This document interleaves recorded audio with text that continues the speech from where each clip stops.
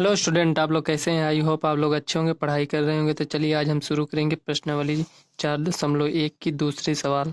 अगर आपने इससे पहले की वीडियो नहीं देखा है तो चैनल के प्लेलिस्ट में आप जाकर देख सकते हैं। तो चलिए शुरू करते हैं। इसमें दूसरे में दिया है, निम्न स्थितियों को द्विघात समीकरण के रूप में व्यक्त कीजिए। हमें द्विघात समीकरणों के रूप में व्यक्त करना है सिर्फ। देखो, एक आयताकार, पहली सवाल, एक आयताकार भूखंड का क्षेत्रफल 528 मीटर स्क्वायर है। क्षेत्र की लंबाई मीटरों में, चौड़ाई दुगने से एक अधिक है। हमें भूखंड की लंबाई और चौड़ाई ज्ञात करना है। तो देखो, इसमें क्षेत्र की लंबाई चौड़ाई से दुगने से एक अधिक है। तो चलिए इसको थोड़ा समझ लेते हैं। फ्रेंड्स, हमें क्वेश्चन में कहा है एक आयताकार भूखंड है, तो मान लीजिए हम एक आयत बना लेते हैं यहाँ। ठीक, ये आयताकार भूखंड है। आयत में क्या होता है, ये जो आमने सामने भुजा होती है ये बराबर होती है, ये भी उतना है, ये भी उतना है। जैसे ये यक्स है तो ये भी यक्स होगा, और इसमें ये आमने सामने भुजा बराबर होगी। तो क्वेश्चन में कह रहा है जो इसका क्षेत्रफल है वो 528 मीटर स्क्वायर है। जो क्षेत्रफल है वो तो हमें दिया है 528 मीटर स्क्वायर है। लेकिन क्वेश्चन में कह रहा है क्षेत्र की लंबाई चौड़ाई के दुगने से एक अधिक है। जो ये जो लंबाई है चौड़ाई के दुगने से एक अधिक है। तो मान लीजिए चौड़ाई को मान लेते हैं हम यक्स है, ये चौड़ाई यक्स है, और ये जो लंबाई, जब चौड़ाई यक्स है तो इसकी लंबाई कितनी होगी। तो क्वेश्चन में कह रहा है चौड़ाई के दुगने से, चौड़ाई के दुगने से, इसका हम दुगना कर देंगे, और चौड़ाई के दुगने से एक अधिक है तो प्लस एक, एक अधिक है तो ये लंबाई हो जाएगी, मतलब ये इसकी लंबाई हो जाएगी। ये चौड़ाई हमें यक्स हो गया, और ये लंबाई ये 2x+1 हो गया। तो इसी को हमें द्विघात समीकरण के रूप में लिखना है। तो ये तो आपको समझ में आ गया होगा। देखो, एक बार और बता देते हैं।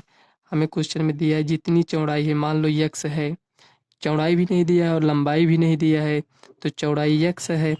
और कह रहा है जितनी चौड़ाई है, मान लो चौड़ाई यक्स है, जो ये माने हैं, चौड़ाई के दुगने से एक अधिक है। ये जो लंबाई है चौड़ाई के दुगने से एक अधिक है। और मान लो ये एक अधिक बोला है, और मान लो कहता है एक कम है, तो यहाँ ये जो प्लस लिखे हैं इसी को माइनस कर देते हैं। तो आशा करते हैं ये समझ में आपको आ गया होगा। तो चलिए इसी को हम लिख लेते हैं, या हम एक आयत बना लेते हैं ऐसे। ये आयत हो गया, ठीक।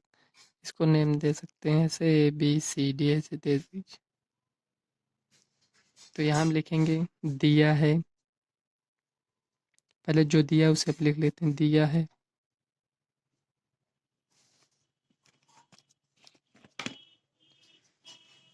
दिया है। हमें क्या दिया है, इसका क्षेत्रफल दिया है, तो हम लिख लेंगे आयताकार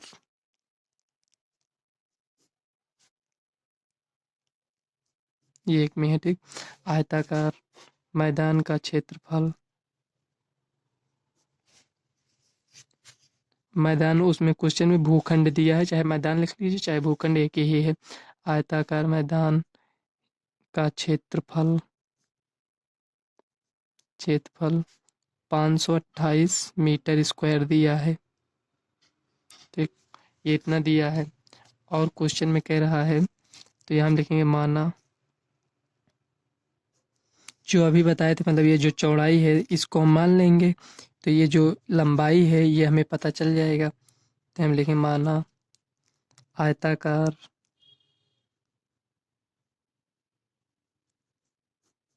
भूखंड, यहाँ मैदान लिख दिए थे, आप यहाँ भूखंड भी लिख दीजिएगा। आयताकार भूखंड की चौड़ाई x मीटर है। देखो यहाँ ये मीटर स्क्वायर में दिया है, तो ये जो चौड़ाई और लंबाई होगी वो भी मीटर में होगी, तो x मीटर है। तो ये x यहाँ लिख देते हैं, x मीटर। तथा प्रश्नानुसार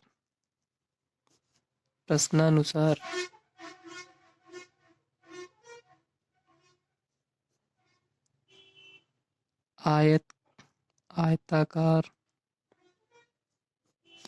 भूखंड की लंबाई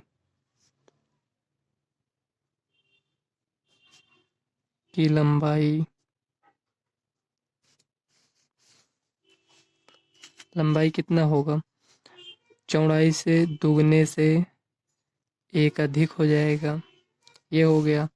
अब हमें ये देखो यहाँ ये क्षेत्रफल दिया है, तो हम जो हमें दिया रहता है उसी से हम सवाल को सॉल्व करते हैं। तो ये क्षेत्रफल दिया है, तो आयत का क्षेत्रफल क्या होता है? यल इंटू बी, मतलब लंबाई गुणे चौड़ाई। तो यहाँ हम लिख लेंगे अतः आयताकार भाग का क्षेत्रफल या आयताकार भूखंड का क्षेत्रफल यहाँ आता है, ठीक। आयताकार भूखंड का क्षेत्रफल कितना होता है? लंबाई गुणे चौड़ाई होता है, तो यहाँ लिख दें लंबाई गुणे चौड़ाई। ये हो गया। तो आयताकार भूखंड का क्षेत्रफल देखो हमें ये दिया है 528, ये यहाँ 528 मीटर स्क्वायर। तो इसको हम यहाँ लिख देंगे 528 बराबर लंबाई कितना है? ये दिया है 2x प्लस 1। चौड़ाई कितना है? x है। तो ये जो 528 है इसको यहीं रहने देते हैं, इसको हम थोड़ा सॉल्व कर लेते हैं। 528 बराबर x है, इसको इससे गुणा करेंगे तो 2x स्क्वायर, x को इससे करेंगे तो प्लस x बराबर, सॉरी ये बराबर नहीं लगेगा, ये इतना हो गया। अब ये जो इधर है इसको हम ये जो 528 है जब इधर लेकर आएंगे बराबर की इस साइड, तो ये हो जाएगा 2x स्क्वायर प्लस x, ये प्लस में इधर जाएगा माइनस में, तो 528 बराबर 0। ये समीकरण बन गया। इसी को हमें समीकरण बनाना था, द्विघात समीकरण के रूप में लिखना था। ये हो गया। अगर आप इसको सॉल्व करेंगे तो हमें लंबाई और चौड़ाई का मान पता चल जाएगा। तो हमें क्वेश्चन में पहले ही कह दिया था, ये जो दिया है क्वेश्चन, इसे हमें द्विघात समीकरण के रूप में निरूपित करना था। हमें मान तो ज्ञात नहीं करना था, इसलिए हम इसको यहीं पर छोड़ देंगे। यही आपका फाइनल आंसर हो जाएगा। अगर आप इसको सॉल्व करना चाहें तो इसको आप सॉल्व कर कर इसमें इसमें आपको गुणनखंड करना है। इसको आप सॉल्व कर कर इसमें यक्स और ये जो लंबाई और चौड़ाई है इसका मान आप पता कर सकते हैं। क्वेश्चन में कहा नहीं है तो इसलिए हम लिख देंगे अतः यही द्विघात समीकरण है। तो चलिए यहाँ लिख देते हैं, यही आपका आंसर हो जाएगा। इतना इसी रूप में लिखना था। तो चलिए नेक्स्ट सवाल देख लेते हैं। दूसरी सवाल क्या दिया है।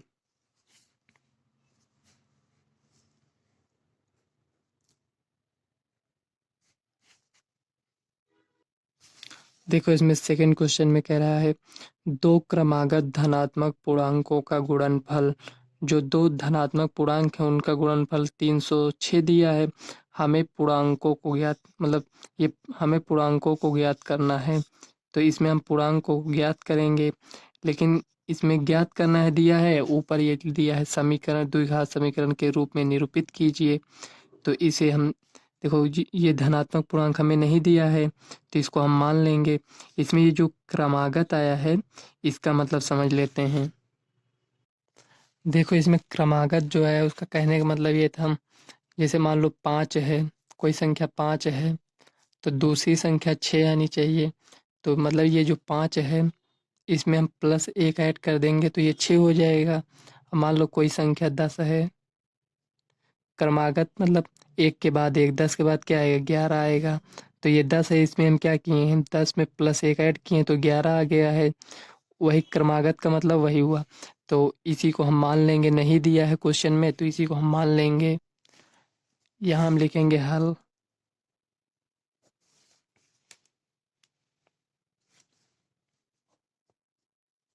माना प्रथम क्रमागत पूर्णांक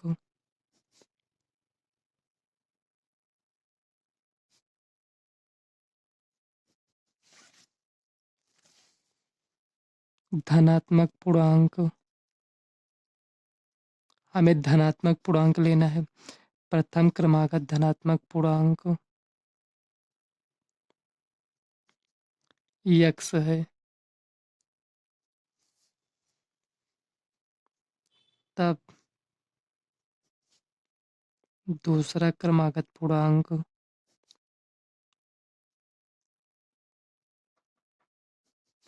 धनात्मक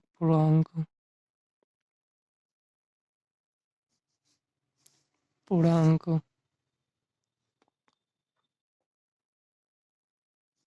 देखो इसमें एक ऐड कर देंगे। पहला देखो ये इतना है, हमें दूसरा पता करना है तो एक ऐड कर रहे थे उसमें, तो ये इसमें x+1 होगा, यहाँ x+1 होगा। तो इसमें कह रहा है क्वेश्चन में दोनों का गुणनफल, यहाँ लिखेंगे प्रश्नानुसार।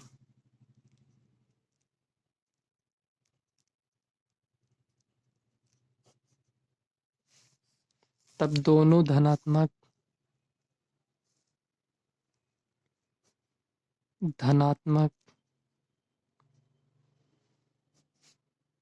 पूर्णांकों का गुणनफल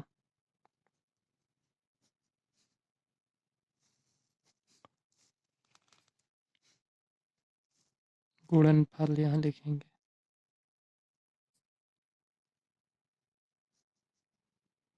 कितना हो जाएगा, देखो x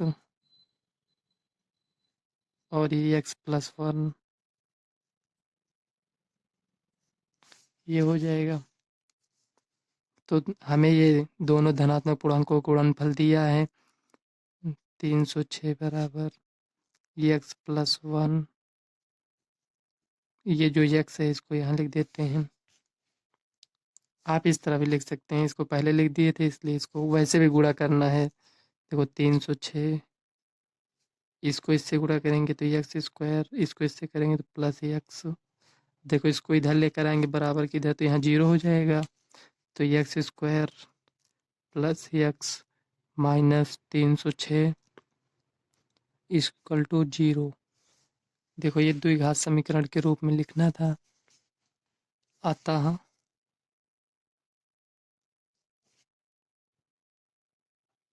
यही द्विघात समीकरण है।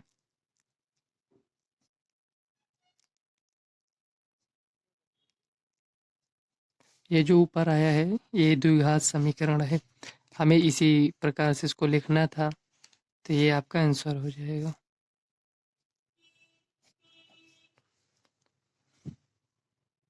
तो आशा करते हैं ये सवाल आपको समझ में आई होगी। फ्रेंड्स अपने सवाल अगली वीडियो में देखेंगे। अगर वीडियो आपको अच्छी लगे तो वीडियो को लाइक व चैनल को सब्सक्राइब कर लेना, ताकि आने वाले वीडियो का नोटिफिकेशन आप तक सबसे पहले पहुँचे। और वीडियो को ज़्यादा से ज़्यादा शेयर करिएगा। तो चलिए मिलते हैं नेक्स्ट वीडियो में, तब तक के लिए बाय।